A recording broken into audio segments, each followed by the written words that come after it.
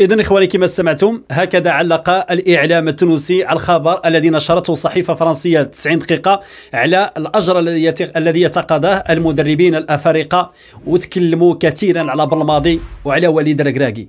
أجي نتكلموا علاش بالماضي كيخلص 208 ألف أورو، علاش المدربين الآخرين ديال جنوب إفريقيا كيخلص فقط 50 ألف أورو، والسنغالي اليوسيسي 45 ألف أورو، والمغربي كيخلص فقط 60 ألف أورو. علاش؟ لأن هاد المنتخبات او هاد الجامعات ديال كرة القدم ديالهم كيشتغلوا، يعني داك الاموال كيخدموا بها منتخبات اخرى الفئات السنيه. الا جينا نقارنوا الفئات السنيه ديال المنتخب الجزائري ما عندهمش، ما كاينش. اعطيني الفئات السنيه ديال المنتخب الجزائري اللي حققوا شي انجازات في بلادهم، نظموا كاس افريقيا الاقل من 17 سنه، نظموا الشان، نظموا كاس العرب، نظموا الدوري، شاركوا في شمال افريقيا، كذلك البحر الابيض المتوسط. يعني كانوا يجيبوا حتى الاخر، وهذا الشيء بالشهاده ديال الاعلام الجزائري، كان يجيبوا اللعابه حتى الاخر اليوم في كما نقولوا على انطلاق البطوله، ويشاركوا باللعابه صافي سالينا. يعني كيبازيو علاش؟ كيبازيو على الواجد، يعني خصهم يبانوا بسرعه، خصهم يحققوا انجاز ويبانوا على الواجهه العربيه والافريقيه. هذا الشيء علاش كيبازي الاتحاد الجزائري لكره القدم.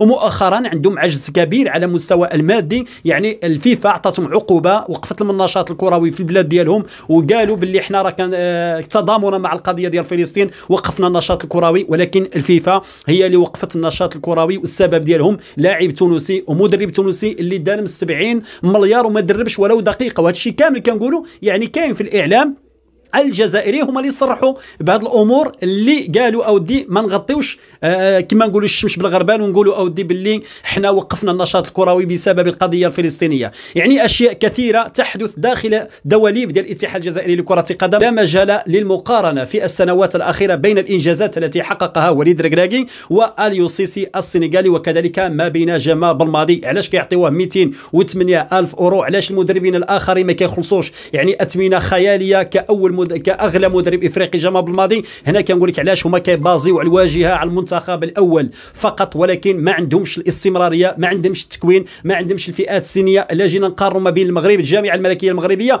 يعني كتخصص اموال كبيره على التكوين، وعندها لاعبين كتجيبهم على برا. وهذا الشيء اللي شفنا حتى الجزائر مشات في النهج ديال فوزي القجع، انها كتستقطب ذوي الجنسيه المزدوجه باش تحاول ما امكن تقنعهم يلعبوا مع المنتخب الاول، وكذلك مع الفئات السنيه الاخرى. المنتخب الوطني المغربي، المنتخب اللي اقل من 17 سنه، تاهل الى الدور ربع نهائي كاس العالم الاخيره في اندونيسيا. المنتخب الاقل من 20 سنه وصيف في تونس الاسبوع الماضي في دوري اتحاد شمال افريقيا. المنتخب الوطني المغربي الاقل من 23 سنه غادي يمشي توج بكاس افريقيا الاخيره، وغادي يمشي يشارك في اولمبياد باريس الصيف المقبل. كذلك المنتخب الوطني المغربي الاول الحمد لله بالانجاز ديالو معروف على الساحه الافريقيه والساحه العربيه. يعني هاد الاموال فيه كتمشي. حنا عندنا رئيس جامعه كيعرف كيفاش يصرف الاموال، وهو وزير الماليه وكيعرف كيفاش يسير الامور ديالو. والحمد لله ماشي نجيب غير مدرب ديال المنتخب اول ونعطيه اموال باهظه، ولكن نهمش المنتخبات الفئات السنيه الاخرى وكذلك البطوله.